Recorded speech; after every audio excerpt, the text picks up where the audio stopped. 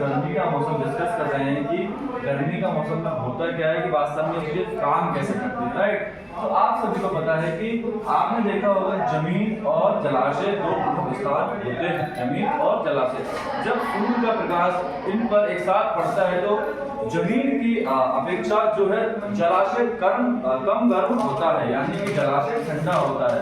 अब रही बात जमीन की, जमीन पे ज्यादा गर्मी पड़ती है तो हवाएं यहाँ की कैसी हो जाती है, गर्म हो जाती है। अब हवाएं गर्म होगी तो गर्म होकर हवाएं ऊपर की ओर बहने लगती है, हवाएं ऊपर की ओर बहने लगती है। अब ये हवाएं ऊपर की ओर बहेंगी तो हवाओं के यहाँ पर स्थान खाली हो जाएगा, तो यानी कि इस प्रकार के वायुदाब को क्या बोलेंगे, उच्च वायुदाब कहते हैं। अब ये उच्च वायुदाब जब हुआ है तो यहाँ पर जो हवाओं की रिक्तता हुई है, इसको पूरा करने के लिए जो जलाशय की ठंडी हवा है, अब बात करते हैं जो ठंडी हवाएं बहती है उनको निम्न वायुदाब कहा जाता है। निम्न वायुदाब की हवाएं क्या होती है, धरातलीय होती है, ये जमीन की सतह से बहती है।